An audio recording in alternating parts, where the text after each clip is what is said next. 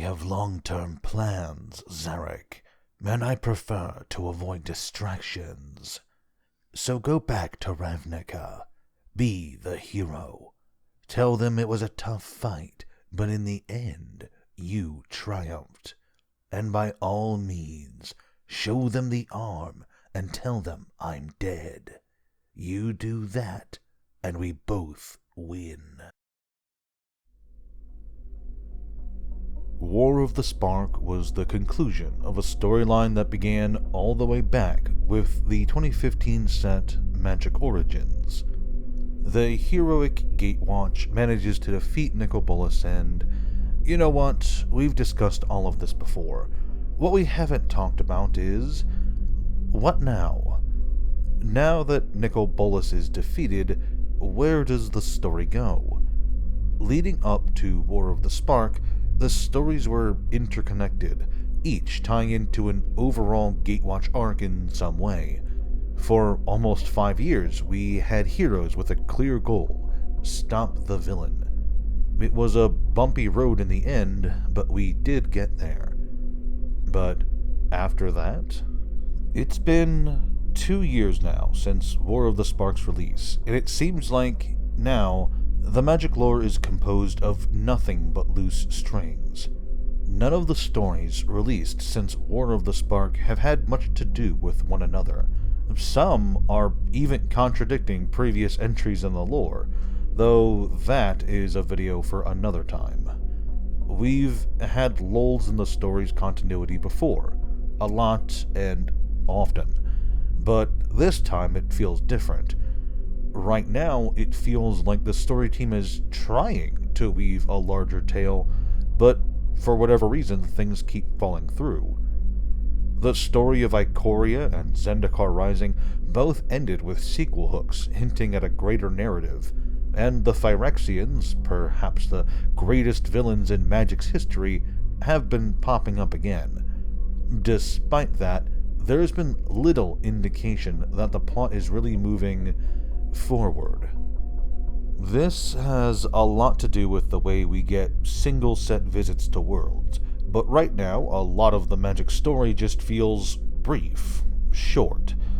We hop to a new plane, encounter a problem, fix or quote-unquote fix it, and move on, with little actual plot progression in regards to the Gatewatch or any greater narrative. Part of the problem is that Magic has moved away from the storytelling conventions of fantasy and more into the stories you'd see in superhero comic books. Heroes fighting villains, a big flashy fight, and all that good stuff. That isn't necessarily a bad thing. After all, Marvel's been pumping out box office successes for 13 years now. But part of the success of the superhero genre is their polar opposites, the villains. Nobody would go out and watch the new Captain Man film if it was just 2 hours of the hero standing around or solving small problems in his town. Similarly, a major flaw with the current Magic story is, well, nothing's happening. Yes, there's villains who drive the stories from the individual sets, but Magic has a sprawling narrative and a huge multiverse. The Gatewatch is an organization dedicated to fighting interplanar threats. Why do they care about what Olivia Voldaren is up to on Innistrad? Ever since the defeat of Nicol Bolas, there's been a real lack of a singular villain driving the narrative going forward. Yes, the Praetors are on the move, and it seems like the story team wants the Gatewatch to head to New Phyrexia and take care of that problem. But even then, what happens after? Phyrexians are a terrifying force, and there's plenty of new Magic players who've never encountered them. But in my opinion, what the Gatewatch needs is a villain like them. A planeswalker, one who can cause real havoc across multiple worlds. And while there's a few to choose from, in this video I want to focus on one in particular, who I think would make an ideal villain for the Gatewatch going forward. Tezzeret has always been a power-hungry schemer, From his introduction in Agents of Artifice, we're shown a charming but ruthless artificer who would go to any lengths for more power. After being bested by Jace, he's spent the following years as a pawn in Nicol Bolas's schemes, but his ambition never faded, and he never really gave up on the power he sought. With the dragon out of the picture, there's really nothing holding Tezzeret back from moving forward with whatever plans he desires. Now, we're already seeing pieces of this. In the new Magic comics by Boom Studios, Tezzeret's plans have caused the Gatewatch to go head-to-head with the eldritch horror Merit Lage. More to the point, I strongly believe that Tezzeret may have allied himself with the new Phyrexians to some end. The most important pieces of evidence I have to support this belief are the fact that Tezzeret is in possession of a working, if recently damaged, planar bridge, and the fact that Vorinclex used some type of planar portal technology to reach Kaldheim. Leading up to the Kamigawa story, there's been spottings of a man with a metal arm, almost guaranteed to be Tezzeret himself.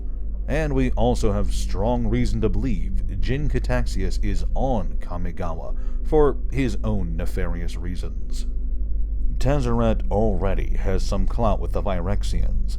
He's worked with them before and wormed his way into their ranks, so to me, it's not hard to see him working alongside them once again for his own ends. Tezzeret has always desired power, and the machine orthodoxy might have that power, that prestige he's always desired. Tezzeret is ruthless, ambitious, and has a personal grudge against several members of the Gatewatch. In my opinion, he is in a prime position to become a main antagonist, a force the heroes of the story can rally against.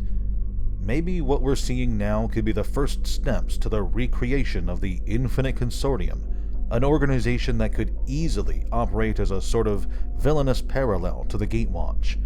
Tezzeret could recruit other walkers with less than stellar morals under his banner and wreak havoc across the multiverse. In the end, I think this could be an interesting story to follow. Certainly more interesting than most of what we've gotten recently. But what do you think? Would another member of Magic's Rogues Gallery make a more interesting main villain? Let me know your thoughts in the comment section below. Afterwards, please consider leaving a like and sharing this video with your friends. If you're subscribed to my channel and hit the notification bell, you'll be alerted whenever I upload new videos. Finally, if you want to support me directly, consider heading on over to my Patreon and supporting me there. I genuinely appreciate my patrons' support. Thank you very much for watching this video, and have a great day.